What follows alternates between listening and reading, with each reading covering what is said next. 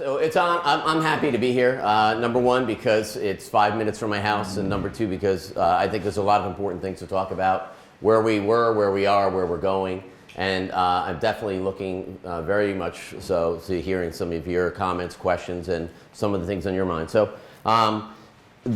you know, Nancy alluded to the difficulties when we came in here. The first 2 years were very difficult. There was what I call three major legacy issues: the government center, the nursing home, and the looming budget issue.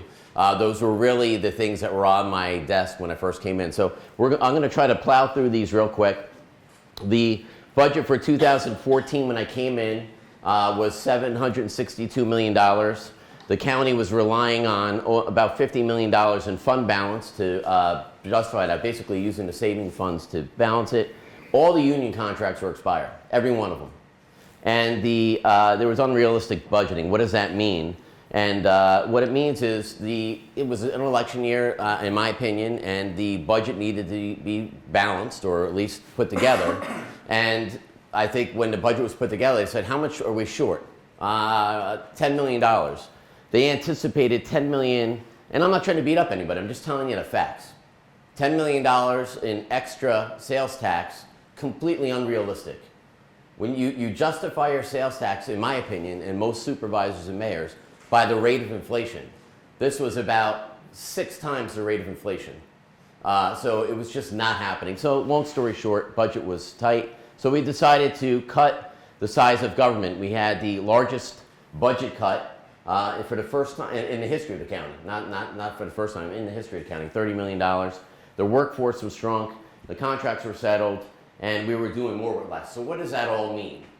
I will tell you, all BS aside that you hear from elected officials, and this one did that, and the lawsuit saved this, the single most important thing to save Orange County government, the single most important thing was their early retirement incentive.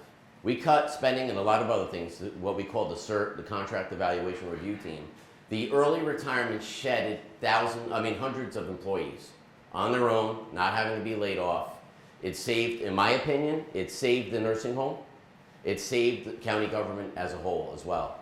And it was not easy, because I will tell you, and I gave a thank you last night to the legislators, it was very difficult on them and myself. It was a tough 2 years. So that was the most important thing, in my opinion, to get done first, the budget. This is where spending was, $762 million. This is where we are today, $722 million. We cut an additional $10 million for now the 2016 year budget. So we're heading in the right direction. This is literally, in my opinion, I'm 42 years old, I got a young family. This is the example of what is wrong with New York State as a whole. The spending, why all our friends are going south or out west, because of the cost of living, the taxes, government being so small. New York State is double the cost of the state of Florida, and it's the same population. So that's the type of things we're reversing, not only in the state level, but that's what we're trying to do here in the county level. So let's talk about some of these. This is the tax rate for where we are today, according to the state. And this might make you feel good, but you all know we're paying a lot of taxes here still. So we're lower than our neighbors, but we still, when you add up your tax bill at the end of the day, it's still high, so we still got to do relief. So here's the sales tax. And before we start high-fiving each other that we're 3 3/4, everybody's 4 around us, and we talked about doing a sales tax hike. It wasn't on the table for the legislature, so it was pulled off. A little controversy, but it is what it is. But before you get all excited about the 3 3/4, we also pay the MTA tax on this. So at the end of the day, consumers, us, we are still being impacted by these costs. So that's on my mind as a father and a husband, and trying to keep my, I don't know if I need to do this. Should I? Yeah. Hold on, I can move my own props. Look at this, son. Am I good? You want me to talk from behind here? So, okay. Son of a gun. Is that all right? I thought it was me. So, also we talked about what we were spending on tourism. Look at our neighbors around us, and our neighbors are nothing against them. They're great counties, and they're literally, we are tough colleagues together. Sullivan, Ulster, Dutchess, and Putnam, we are very tight, and Rockland. Sullivan was spending about $500,000, just a little bit more than us, and they're tiny compared to us. They don't even have 100,000 people living up there. We have 375,000. 1 million in Ulster, 1 million in Dutchess. I proposed the legislature, that's why it was like that. Mike, we can't, we should have trusted you from the beginning on that. So we're spending now $1 million in 2016 in tourism, the right thing to do. And we're going to talk later a little bit how that's going to impact us and what we're doing. We did a new tourism website, and it needed to be completely revamped. Tourism, in my opinion, wasn't feeling the love or didn't get the proper attention from the county that it should have. So what we did is we had a new tourism website. It allows people to book their hotel rooms online, just as if we were visiting anywhere else in the country or the world right now. Just a lot more user-friendly. The traffic jumped up by 20,000 hits. And then, we had over 1,100 people that were searching for lodging, had a 60% conversion rate. These are good things for our local community. B&Bs are on this too, it's not just hotels. We had new events happen in the last year or so. The Food to Fork Fondo, or Farm to Fork Fondo, out in the Mount Hope, Port Jervis area, Deer Park area, had hundreds of cyclists from around the country. We also had the air show, which we were able to steal from New York City. 10,000 people a day. We're going to have another air show this Labor Day weekend with the Thunderbirds. We had a meeting on it today, and we expect to have more than that than we had at that one. This is a real big jet team. So these are all good things. Orange County enhancing and stabilizing infrastructure. When I came in office, if you guys went to my State of the County addresses or had problems sleeping, you can look at it online. There are 2 phone book size reports I had from an engineering firm that studied our infrastructure and talked about what we were not doing and what we should have done. And they were about 4 or 5 years old when I came in. Buildings falling apart, awnings falling off the buildings, floors rotting out, buildings filled with asbestos. Not only that our workers were in, but you were coming in to utilize. Just a bad example. You take care of your own home first before you start criticizing other people. So the 1841 Court Annex, that's done today. We have a brand new Board of Elections building in Goshen, and restore and reuse county-owned properties instead of renting. We were renting properties all over the county, still now today. In the next year and a half, we're going to hopefully start consolidating as these new buildings come online. The infamous Government Center began rehab, and I'm going to get into, and we can talk about this. I know some people have different opinions on it in the room. Completion, we expect to be in 2017. The bids for the demo so far have been done. The demo is completed as of tomorrow for the most part. The bids for the reconstruction is under budget so far. I'm not going to get cautiously optimistic till the thing is done. That's the way I'm supposed to be. I have to be very conservative how we do this. Let me tell you about the Government Center. I personally would love to have a brand new building. That would have been my opinion. I've said that in a campaign. I feel that in my heart today. I feel like I'm in an arranged marriage. I'm not in love. Maybe I will fall in love someday, but it's my job. County legislature, about a month before I took office, voted overwhelmingly to pick a compromise, which is a partial demo, partial rehab. About a third of the building will be completely replaced with a new building. The other 2/3 is now what you see down to a skeletal type of remains and will be built up. So at the end of the day, that was a compromise. There was a plan that was submitted in the summertime. It was reminiscent to the legislature and myself, similar to the Camp LaGuardia project. I'll sell the property, but you have to get me all my approvals before we close. There was resistance from the Village of Goshen. The county majority of the legislature, Republican and Democrat included, continued to stay on course where we are today. Building bridges. Thankfully, we had about 151 bridges when I took office. We have 148. For some reason, some people said, we'd like to take your bridges off your hand. And I said, have them. So, bridges last about 75 years. Engineers in the firm, you can say thumbs up a couple years, thumb down a couple years. But bottom line, they last about 75 years. For the last 10 years, the county has been fixing 1 bridge a year. So we were behind schedule. If you do your math, we should be doing 2 bridges a year if we had about 150. I'm happy to say, since I took office, we have 5 bridges completely redone, and we're going to have 4 done by the end of next year. So we're playing major catch-up. It's the right thing to do. So what does this all mean to you guys and me? This bridge up here is the Forge Hill Bridge in Windsor. It was closed since, I think, 5 years. We build bridges in Afghanistan faster than this. It's embarrassing. It's just a true embarrassment. But the sadder thing with this is this bridge was rebuilt in 2001. And it got washed out by the, so we didn't, when I cut the ribbon on this, I had the Grateful Dead, some of you guys are Dead fans, they had a song, Built to Last. We didn't build this thing to last. So now the bridge that we have now today is not 2-strand, it's 3-strand, and it's built to last. It can handle bigger storms, better storms. The bottom one is the one if you head between Goshen and Walk-Hill, the Scotchtown Bridge. It's been single lane for 8 years. Another embarrassment. That'll be done by June. It's being done. I don't say embarrassed. I'm not trying to be critical, but you gotta have this as your priority. This means lives for emergencies. It also means economic development. You have bridges that can handle weight and different loads and traffic patterns, and it's just a nightmare. So these are now being done, and it's a priority of mine. Developing and diversifying the county water infrastructure. With the help of the county's Department of Public Works, the county attorney, and the county water authority, we settled the water case out in Goshen, the Police Drive case. We all know it. Over 10 years, we poisoned, can I say this, counselors here? We poisoned people's waters. The county, not me, but I guess I'm the representative now. And they sued us, and it was battered back and forth. And the county fixed the water for the DPW across the street from the people's houses. Literally, it was a stone's throw. Lou and I could throw a rock to where their houses were. We fixed our own water for our workers, and we ignored the homeowners. I went to their houses. You should see all the problems they have there.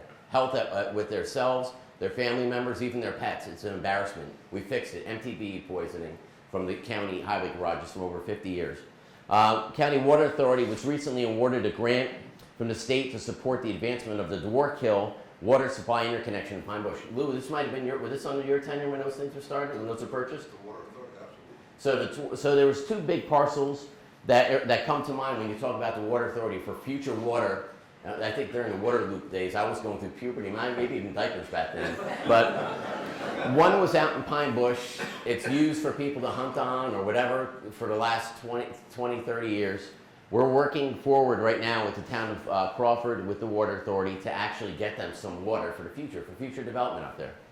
The third one is the Indigo by Middletown.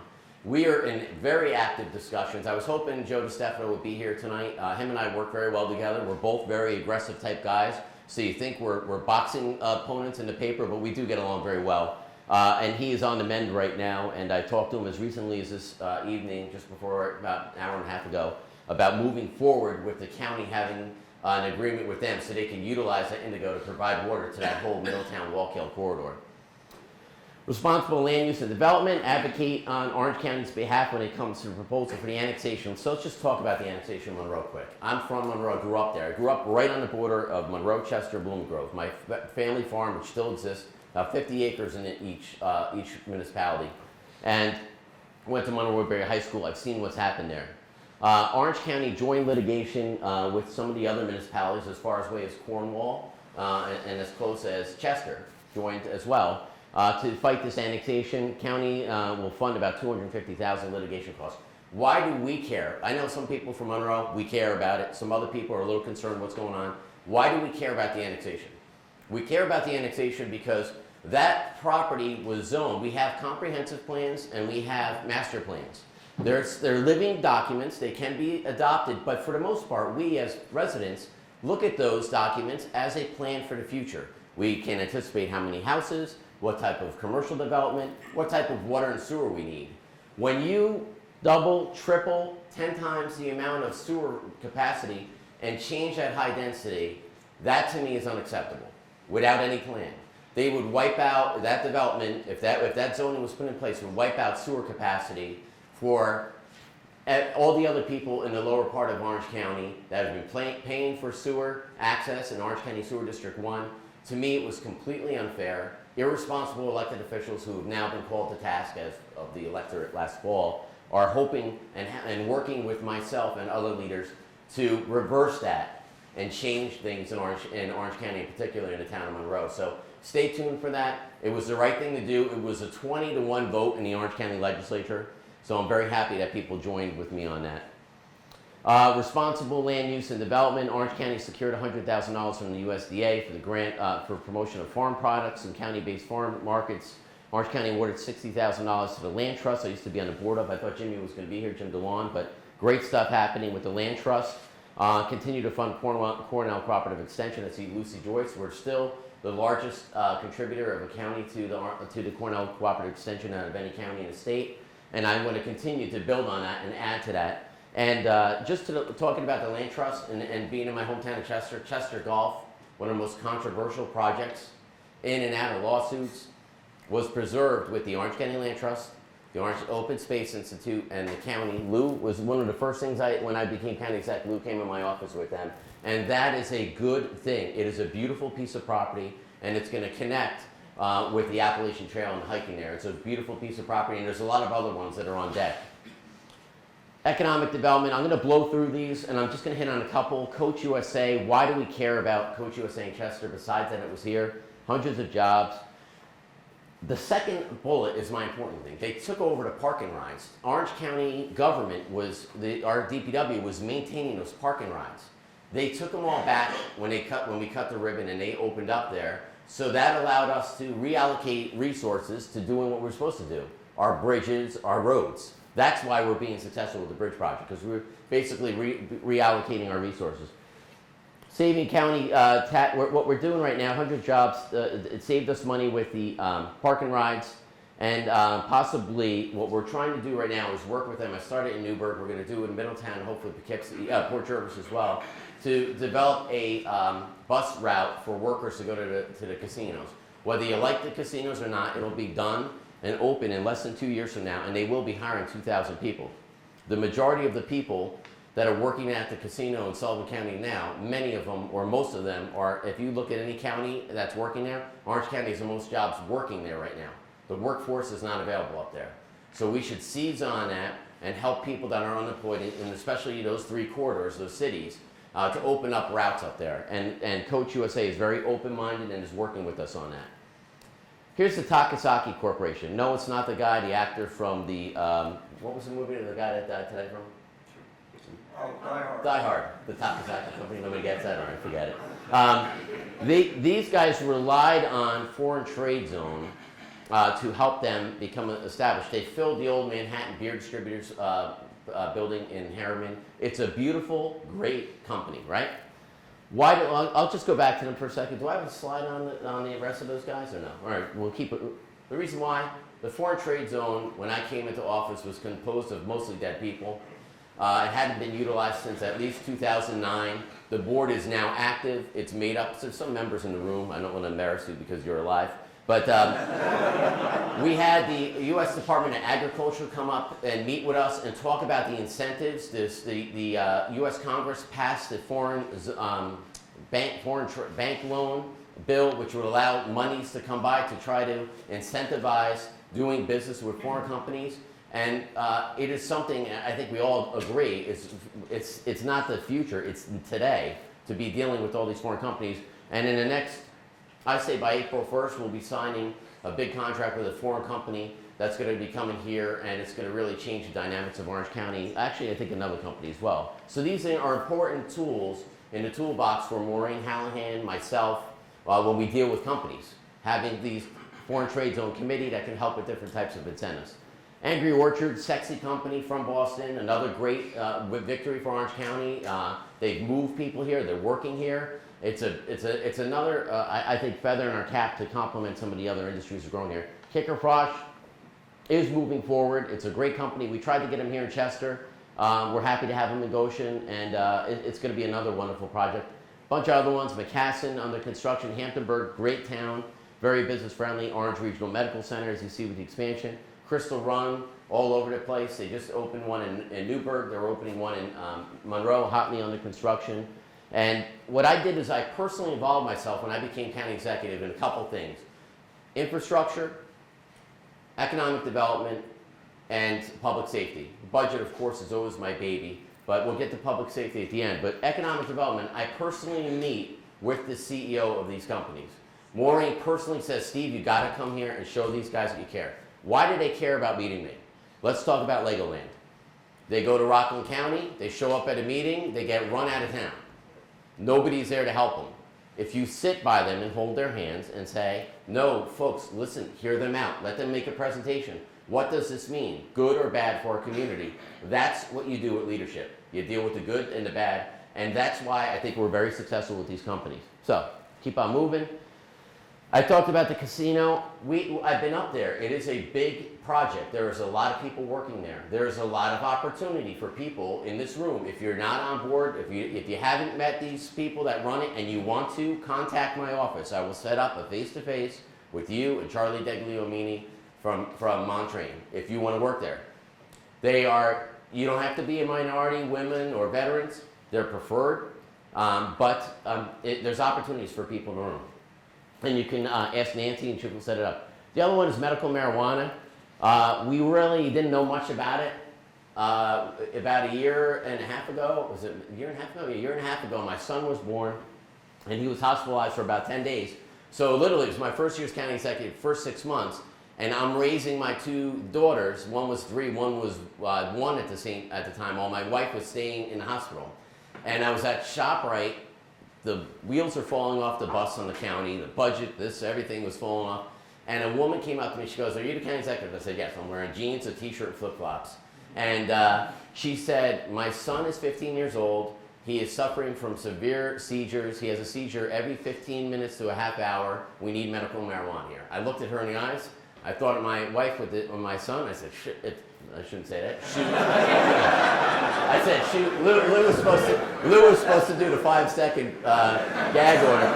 But I said, if that was my son, I would do everything I could to make sure that he was healthy. Maureen and I started getting calls from companies.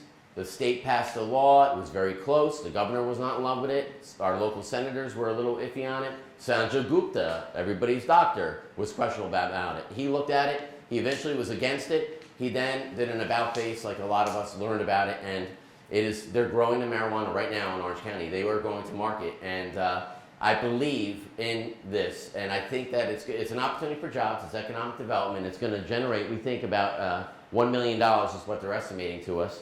$3 million is coming from the casinos. A lot of people from other counties that are getting this money, as you read in the newspaper, are spending it. Oh, we're going to give it all here, we're going to give it all there. I'm not doing that because we're not out of the budget problem yet.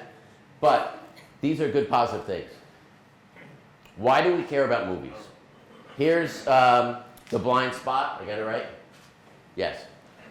This is Paul Savino, who married one of my closest friends. And he came up to film a movie, and over there is my friend Alan Mack and myself and Mariska Haggard, there you go, from the Law & Order. Why do we care about these movies besides, okay, cool, we got a great picture with a movie star? Blind Spot came up and filmed at the Stewart International Airport, and they spent 2 days here with over 100 people staying in hotels and our restaurants.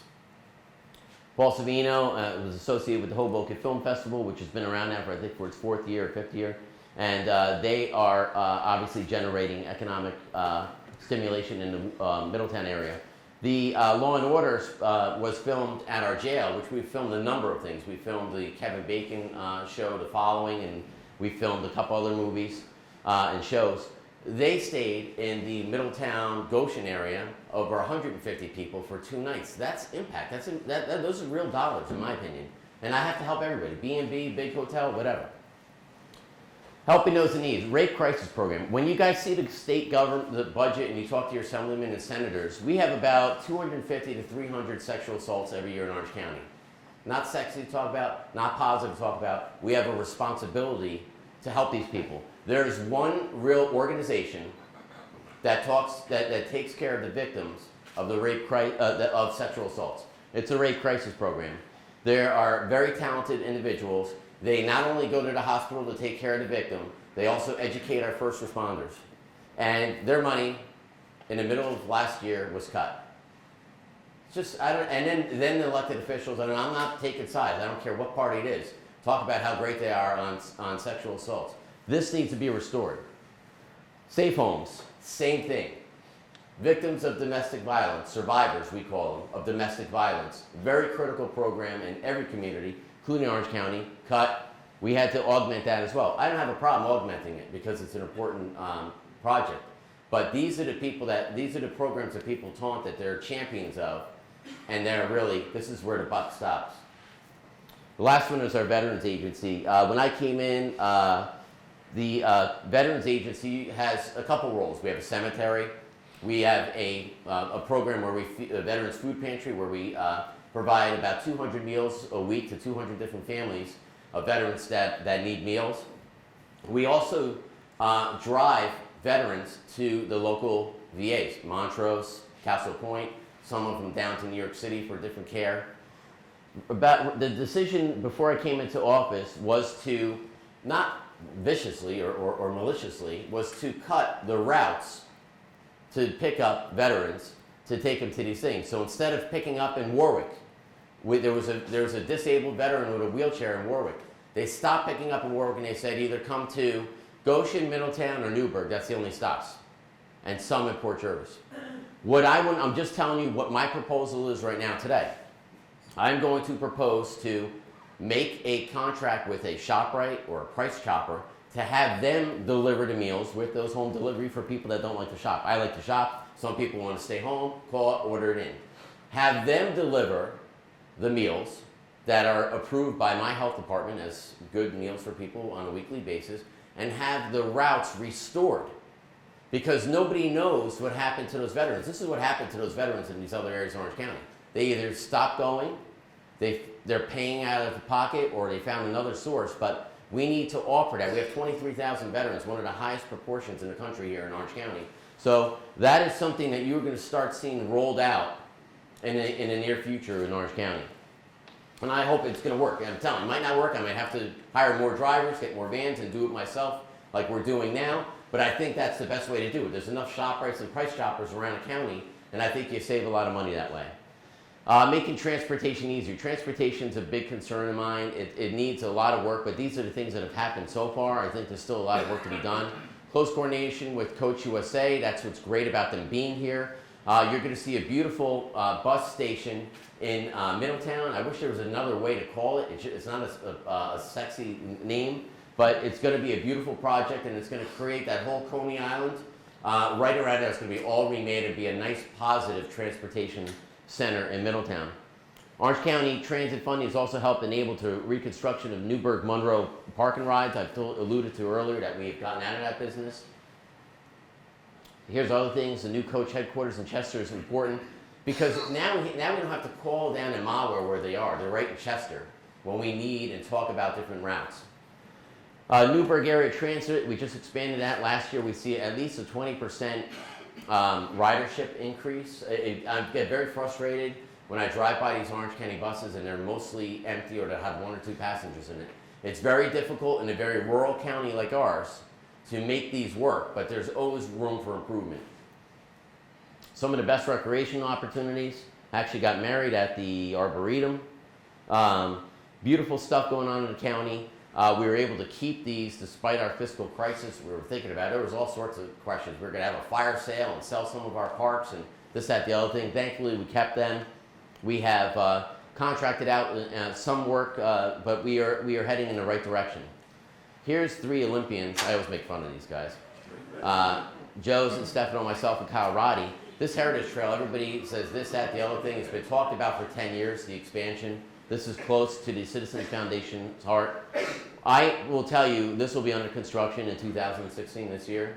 And it's going to be such a great thing. And whether you use it or not, I live on the Heritage Trail. And I'm thankful that we had it. The people that made this happen in this room, I'm thankful we have it. It's just a gem. It is busy. If it's sleeting out, if it's raining out, there's still people on it. And people use it, believe it or not, to go to work. Still. Yeah, there's a lot of people who use it for recreation. There are people that use it to go to work. It's a great thing to have. Orange County Parks Master Plan hasn't been done, I think, in over 10 years. That's on the drawing board to be done early this year. We're moving forward. We're going to improve the current parks. We're going to expand some other ones. There's a lot of great things going on. We have a park in Deer Park that we just opened and access to the Delaware River for boaters, for fishermen, and also emergency access. These are all good things. Reliable and efficient waste management. This is probably the most interesting part, so if you need to go to the bathroom, now's the time. We developed a long-term seep mitigation plan for the landfill. We've also, Sewer District 1, we're going to get a briefing in about a month on what to do with that facility. Orange County is reviewing the feasibility of a sewer district in 17 corridor. Some of the talk for the old Psych Center on 17M, the state wanted to give us a sewer plant. I am very guarded about that because I don't want to get in the sewer, the garbage, or the nuclear business. It always has bells going off. And the state has given us a grant for $1 million. One of the big companies that's coming to Orange County was thinking about using it. If they don't, I have to decide if we're going to go forward with this project because I don't want to take over an old sewer plant if we don't have a user, first of all, a large user, and if there's the cost to improve it and bring it up to today's standards don't match what the cost would be to the user to make it something that's usable. So this is to be determined. Promoting cultural affairs in Orange County. Orange County expects to renew the arts grant program. That was on the table. Unfortunately, during the budget crisis, a lot of things were talked about being cut or suspended. These are good things. Orange County will continue to subsidize the Library Association, which is another good thing. It was on the chopping block for consideration. Increased funding to tourism. I went back on that. Why does that matter for cultural arts? We haven't highlighted all the great stuff we have here. We have museums that we run that are locked and mothballed. We have all sorts of historic stuff that we have not paid attention to, cultural stuff that we could really highlight, and I plan on utilizing that and highlighting that in the tourism places. I travel a lot for the military, a little bit for the county, and when I go to these different airports, my staff will tell you, I take pictures of their welcome to their county with their bulletins, with their brochures, and we don't have to reinvent the wheel, but we are heading in the right direction.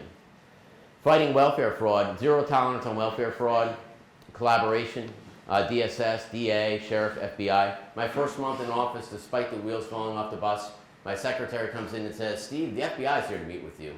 Do you want to meet with them? And I said, can you say no? And they came in, they said, we want to part with you on welfare fraud. Your place is riper than grapes. So I said, fine. We've identified over $1 million so far. Investigations are up 62%. People are calling the volunteers saying, look, I've been ripping you guys off for the last 3 years. If I send you a check for 40 grand, would you leave me alone? Orange County, this year, 2015, we found this out last night, was ranked #1 in New York State for fraud prosecutions. We had, and I'm telling you, I got to talk about these things because it's on everybody's mind, and it's all these rumor mills, the urban folklore of Orange County. We had a guy making $600,000 a year on full welfare. We arrested a few months ago. They do exist. They are not fantasy land, but we are getting them, and we're going to continue to get them. And I will tell you, there's a lot of good prosecutors, and the FBI I have a lot of faith in. And our DA is a partner of mine. We work as close as you can get, and as well as the sheriff and the county clerk. So there's more to come. And it's exciting stuff because I see this as a victory for us. We all work hard for a living, so when people are skimming 600 grand, I think we all can agree you're doing pretty well. Narcotics crackdown. We started a coalition between the sheriff's office, the DA, and local law enforcement to fight on narcotics. Big busts all over the place. But besides throwing a hammer down, let's talk about awareness and treatment. Raising awareness about opium abuse in Orange County. So I'll go a little bit off color because that's the way I am. But we had a guy come in here and explain it to you. Heroin obviously is an epidemic. And if you don't know anybody that's addicted to heroin or has an alcohol past, or what they compare this to is this, and this is a professional league, so don't start laughing or yelling at me yet. We had a professional come in to educate all our medical providers and treaters in the county. Your best meal you have is about a 95 on the chart. Your best sexual experience, there's adults in the room, is about a 95 on the chart. Your first time doing heroin is 1,000. And every time after that, it starts sliding down. And I'm not a doctor. This is what they're telling us. You can watch the presentation. We recorded it. Then they go down to about 40, and that's where they're getting down. And these are where the problems are. So when people say, like, oh, why can't you just get off it? Why can't people stop? Why can't we do things about it? We are. We helped implement the Narcan. Very controversial. You guys know what it is. Person you think's having an overdose. I don't know if I want the responsibility. Am I going to kill the guy? Am I going to kill the girl? Is she going to die? It's giving a person a second chance to try to get off the drugs. And we've been contacted from people from the highest incomes to the lowest incomes. And this is how we make a difference. We got to talk about it. We have to help our neighbors about it. And we have to really push. We have moms come up to the district attorney and said, and me, and they said, my kid's addicted to heroin. He's been in rehab 4 times. My husband and I give up on him. He's in the Lord's hands. I can't imagine giving up on the kid because they've given up on themselves. So we as a community, we pay for it anyway. We need to do more. The DA and I and Darcy Miller, our commissioner of DSS, are really trying different types of things, and it's changing things, and it's impacting things. Come to our things. Talk to a person that was on a heroin addict and is now working or getting a college degree. It's really the right thing to do. The county's Department of Mental Health, we're working together. We talked about the Narcan, juvenile justice reform. Sometimes we were waiting for 6 months for juvenile, we represent them in the county attorney's office, for them to be handled. They didn't get the love and the attention from county government. These attorneys that really have big hearts taking care of kids, making sure they get the right care to make sure they don't fall into disarray and end up in the juvenile justice and the penal system. 75% of the families we've tried with this new pilot have accepted it, and not one juvenile has been rearrested. These are successful, good things.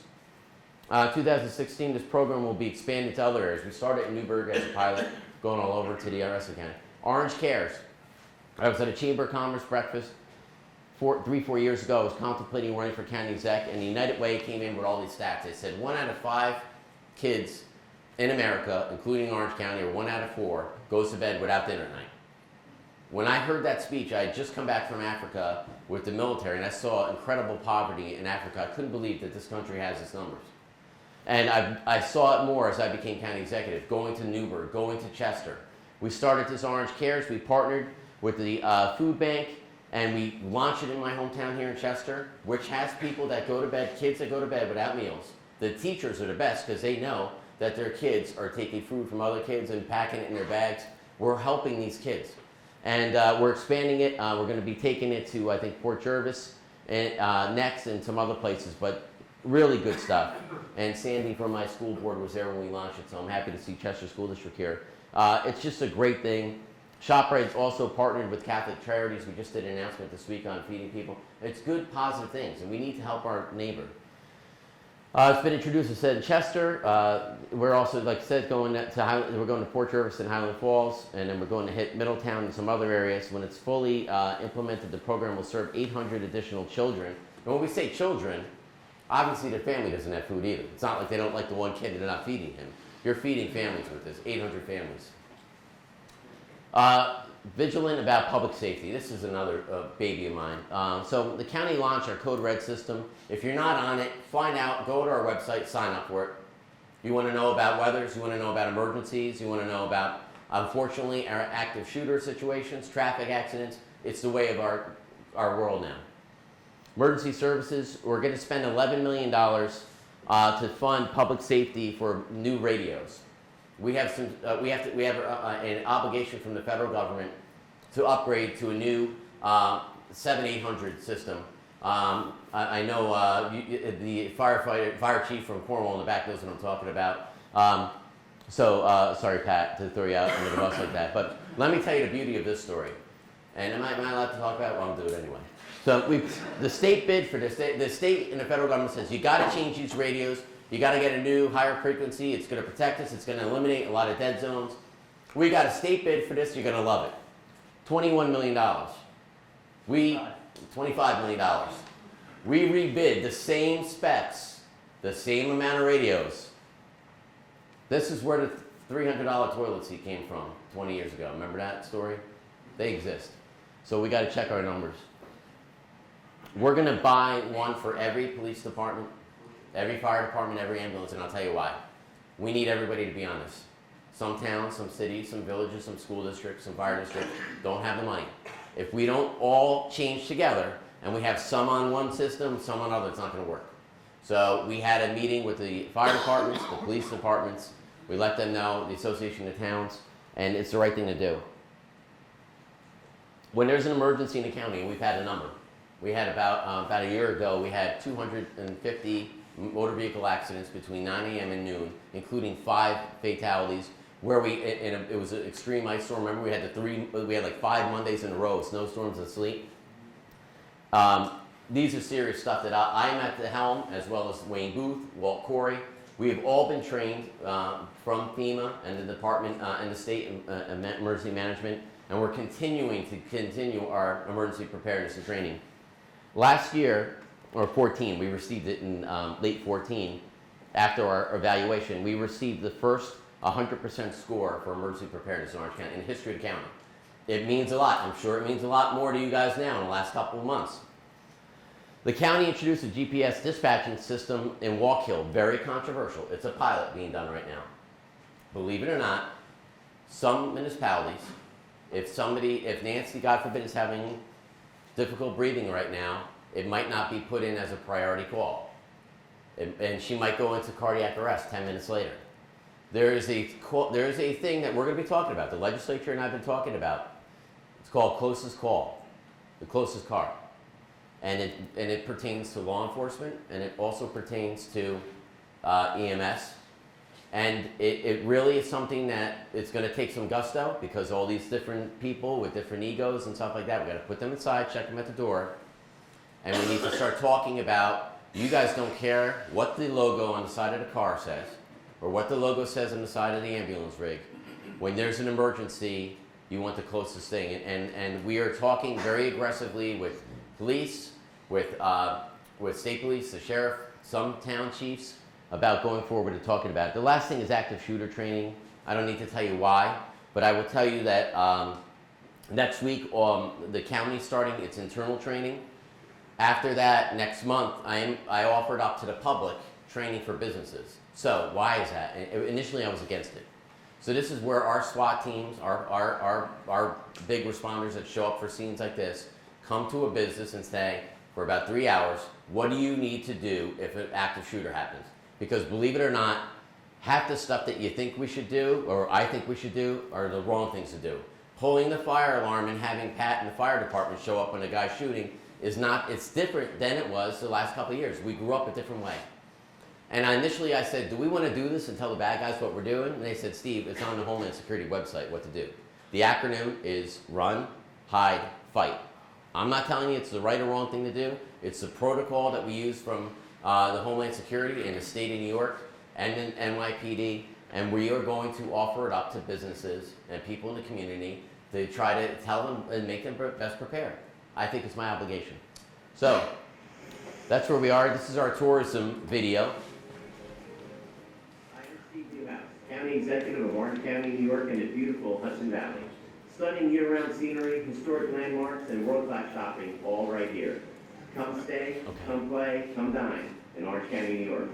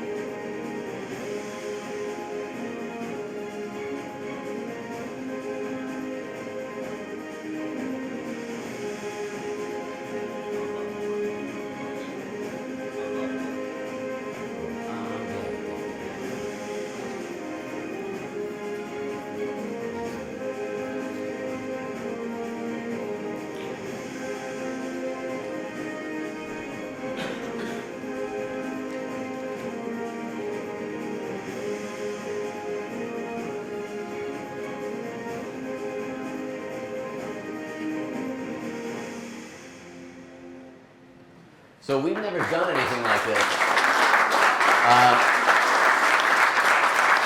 We haven't done anything like this, and now we really, the last 6 months, we've went in high gear with tourism, and we have allocated, again, about $400,000 more than we did the previous year, and we are going to start pumping it all over the place and using it to help places like Sugarloaf and all these other areas.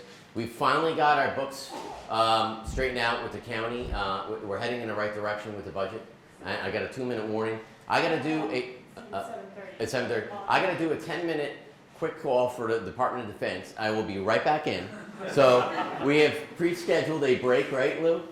I'll put it. I'll try to mute so my conference call isn't on the system. So we're going to take a break.